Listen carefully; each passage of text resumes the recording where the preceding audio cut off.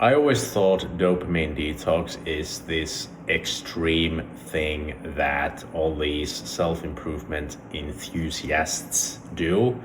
And you gotta go full monk mode, so to speak. You gotta throw your phone out like for a month completely, or you have to cut all the music out of your life. You can't do anything fun. No Netflix, no movies, no music, nothing fun allowed. I always thought I can't do a dopamine detox right now because I need to have my phone with me multiple times a day because I don't live together with my girlfriend and I gotta, keep in touch with her at least. And also I have friends and family, so I can't just throw my phone away. So I'm not ready, I can't try that. I can't try the dopamine detox. But ultimately, I had to do something about my own phone addiction. My mind has been so all over the place for the past, I don't even know, something like a year probably. If I think about 2025, I've just been scattered. But now I am in a situation in my life where I just can't afford to waste my time anymore. I can't afford to give my attention to this thing when there's so many other more important things to pay attention to. I have to do better at work and I have to write my book. I have to make these videos. I have to make changes into my life and I can't do them properly if I don't put this away multiple times during the day. And if I don't, most of all, if I do not learn to regulate my own emotions when I am sitting in silence, without the TV, without the computer, without the phone, I can never master myself. I can never reach my full potential. And so this week I have been doing a sort of dopamine detox, I would say it is, and I already see benefits. That's why I wanted to make this video, because I feel like things happen immediately. You don't have to wait for a whole month to see positive effects when you decide that enough is enough and you're gonna take control of your life. So first of all, you do not need to throw your phone away for a week or something like that. What I have done is simply this. When I wake up, I have my phone, I say good morning to my girlfriend, and that's that. I do not browse social media or the news articles or anything like that. And then when I start my work day, I put my phone away. And I put my phone away until lunch. Then at lunch, I allow myself to actually check other things than just messages. I allow myself to take a look at what's happened in the world. I allow myself to look at my YouTube Studio app so that I see if I've gotten any more views or something like that. I allow those things for the duration of the lunch. But here's the catch though. As I eat my lunch, there is once again no phone. So in the lunch break, I only check the phone before I'm actually eating and after I've eaten.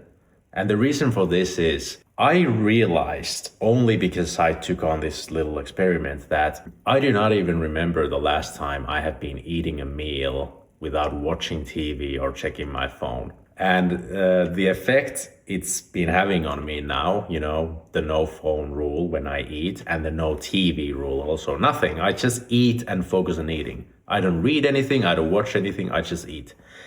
The effect has been anxiety. It's so funny to think about, but it is what it is. So I put the food on my plate and I start to eat and immediately I start to feel anxious because I'm so used to doing something at the same time. And when I don't do anything in the beginning of the meal, I just feel like tight in the chest. Like, oh my God, I need to check the phone. I need to read an ebook. I need to watch TV or YouTube, something. I need to do something. And then as always, as emotions do, it passes. And then I enjoy my meal and I realize, hey, this is actually pretty nice. I didn't need to do something at the same time. I did not need to multitask, which brings us to the other very important thing that I have learned already in these few days, which is mindfulness. So I would say so far, it seems to me, the only things I need, personally at least, you can tell in the comments what your experience has been, but I just need moderation in using the phone or the TV or the computer. And then I need to be mindful. So whatever you do, you focus on that single thing. You don't listen to music at the same time as you're doing something. For example, when I write my book, I don't listen to music. When I do a workout, I don't listen to a podcast. I only do one thing at a time. If I want to listen to music, it's the only thing I'm going to do. I allow myself music, but not very much, because really there's not that much time in a day. And usually in the evening, for example, I will rather watch something on Netflix or YouTube or read a book, which is something that I've now picked up as well. I try to read, or I don't try to read, I do read every day now, again, which I used to do for a long time. And therefore, I allow myself those good things. YouTube, Netflix, music, of course I do. But it has to be intentional. You can't do it the whole day, and when you do it, that's all you do. You watch Netflix, no phone. A lot of people, which is kind of surprising, but a lot of people apparently actually watch movies and browse their phones at the same time. That's not good for your brain. And finally, the third thing. This is something I tried before already, maybe even this year, but I didn't stick to it. Whatever brings you instant gratification, you don't do it immediately. And whatever gives you delayed gratification, you do immediately. Here's a couple of examples. I am a big consumer of coffee. And every day when I finish my lunch, I tend to make coffee and drink it immediately after lunch. So what I've been doing this week is I don't make coffee right after lunch. And once again, I've noticed I feel anxious as hell. It's so interesting to see all this anxiety pop up, but it goes away very fast. So when I'm done with my meal, I take a 10-minute walk, and during that walk, usually the coffee is getting ready. And then I get back and I drink the coffee, and I go to work at the same time with the coffee. But now what I do instead, I take the 10-minute walk and I go to work without coffee. And only after an hour or something like that, I have some coffee for myself. So this teaches me to, enjoy the thing that gives me instant gratification, but I delay the instant gratification. And then when it comes to the delayed gratification things, cleaning is the best example, because this thing is not your biggest enemy. Can you guess what is your biggest enemy? This. If you have a mirror at home, then you go stand in front of that mirror, and that is your biggest enemy. Nothing else. It's not the social media, it's not the phone, it's not the technologies, it's not the porn. It is the guy you see in front of the mirror. You see, for example, I am cleaning my home gym right now, and I was gonna clean this on Monday. I told my girlfriend even on Sunday that I'm gonna clean this on Monday. And you know what day it is now? It's Thursday. So that's how long I procrastinated once again on cleaning my gym. And how long does it take to clean this gym? Well, just look around. It's not a lot of stuff. It's not a big space. So I just move around the stuff and vacuum and sweep the floor and use the mop. And these things I also gotta take somewhere else. These have been here for like a month or something from my dad, and I just haven't picked these things up and taken them somewhere else. Why? Because of this guy. This guy right here always says, oh, I will do it later, because it takes too much time. How much time do you think it takes to take this stuff here and move it to another building? I don't think it takes such a significant chunk of time that I can't possibly get it done within a day. That is why I need to remember to look at this guy right here whenever something is not happening, whenever there's any bullshit going on in my life. Right, so now I actually have done the cleaning before I started filming this video. And you know how I feel? I feel ridiculously good considering it was just about spending like 30 minutes cleaning this space. But because I know this is actually my home office also, and that means I walk from here to my house multiple times a day when I get coffee, when I get water, when I have my lunch breaks, etc. And I've always been looking at the messy, dirty gym, and I haven't cleaned it. And the reason why it took me so long, why I didn't do it the first day when I started this experience, is because I had so many things in the house that needed to be cleaned and tidied up.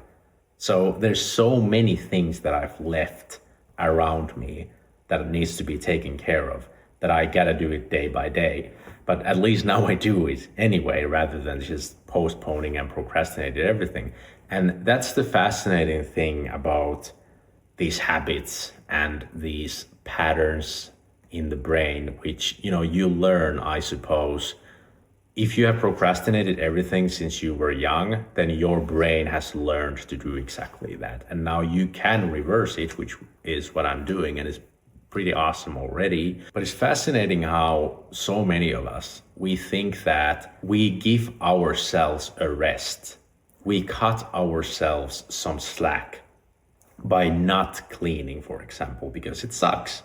You've had a rough work day, you're tired, you even went to the gym, you did a workout, and now you should be cleaning. Oh, come on, you gotta give yourself a break, right? You gotta do something nice.